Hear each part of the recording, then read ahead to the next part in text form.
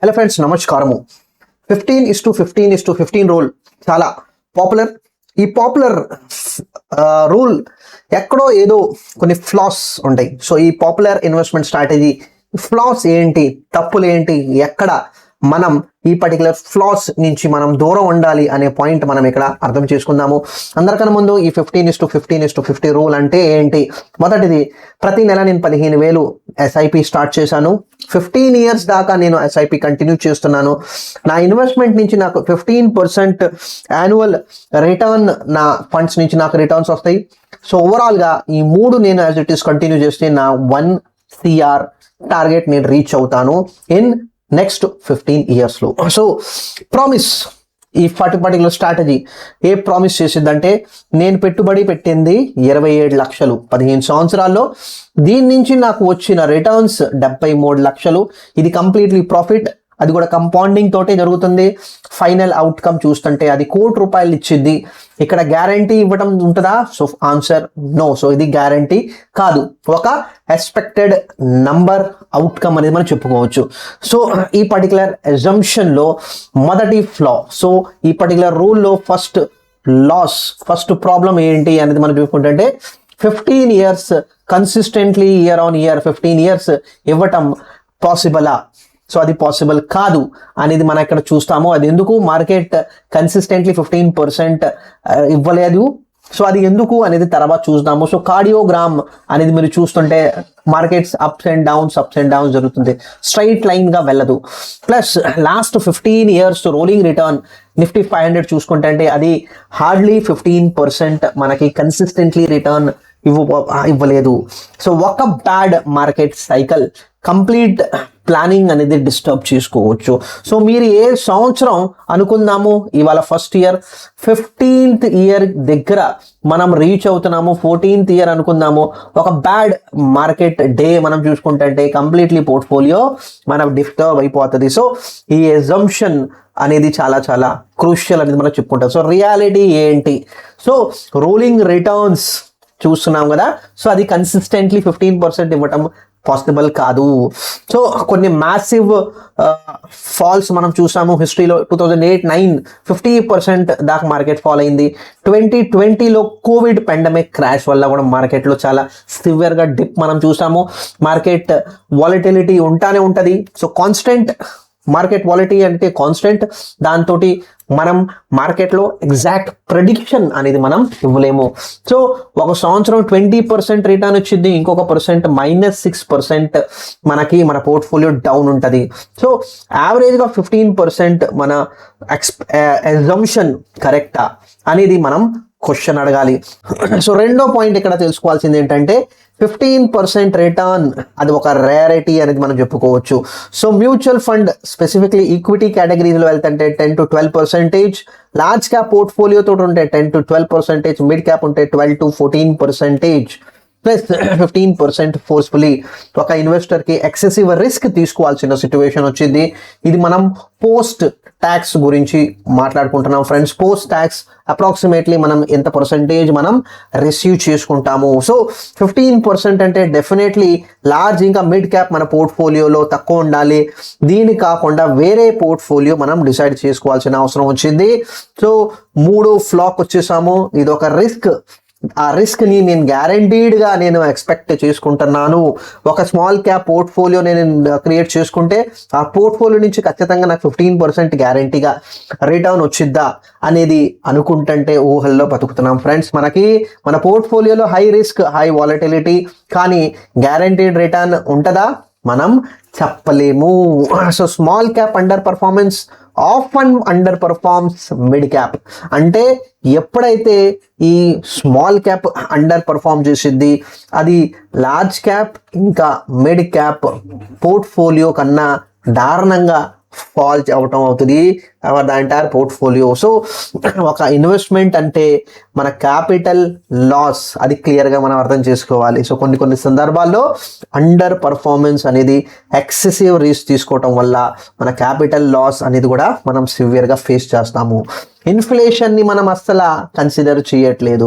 ఇండియాలో on average 5 to 6% of percentage inflation అనేది మనం కాన్స్టెంట్లీ మనం చూస్తున్నాము. సో ఇక్కడ రియల్ రిటర్న్ అనేది ఏంటంటే మీ ఓవరాల్ పోర్ట్ఫోలియో రిటర్న్స్కి నేను ఇన్ఫ్లేషన్ మైనస్ చేస్తే అది నా యాక్చువల్గా రిటర్న్స్ నా పోర్ట్ఫోలియోలో. సో మనం 15% అంటే సింపుల్గా నా రియల్ రిటర్న్ 15% ఉండాలంటే నా ఓవరాల్గా పోర్ట్ఫోలియో దగ్గర 20% ఉండాలి. నా ఇన్ఫ్లేషన్ అనేది 5% తీసుకుంటే అది నాకు 15% ఇచ్చింది. సో రియల్ రిటర్న్స్ 15% అనే ఐడియా మనం ఎంతవరకు సాధ్యం అనేది మనం ఆలోచించాలి.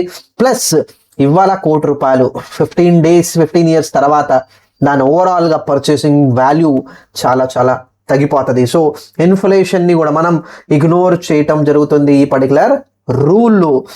5వ ఫ్లా హ్యూమన్ బిహేవియర్. మీరు నేను మార్కెట్లో ఉన్నాము, మనం ఏ విధంగా మార్కెట్ని ఫాల్స్ మార్కెట్ బుల్ ర్యాలీస్ని మనం ఏ విధంగా యాజ్ అన్ ఇండివిజువల్ ఇన్వెస్టర్స్ దాన్ని కరెక్ట్గా రిసీవ్ చేసుకుంటాము అనేది కూడా చాలా ఇంపార్టెంట్.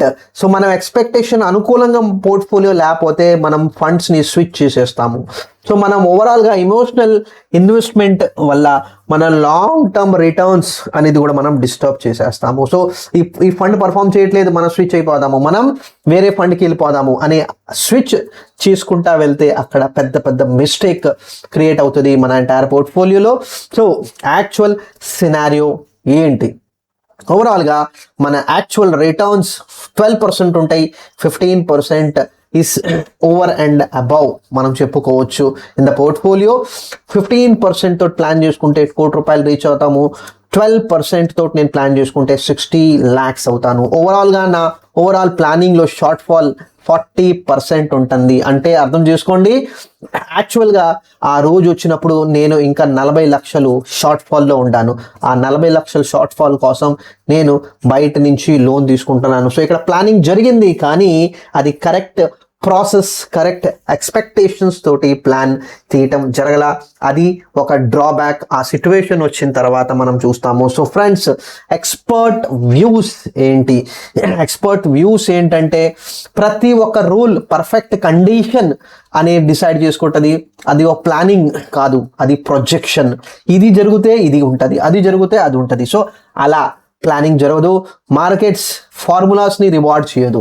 ఒక డిసిప్లిన్, ఒక పేషెన్స్ ప్లస్ ఒక రియలిస్టిక్ ప్లానింగ్ తోటి మనం యాక్చువల్గా మనం రిటర్న్స్ పొందుతాము. సో ఎక్స్పర్ట్ ప్రకారంగా ప్లానింగ్ 12% తో చేసుకోవాలి.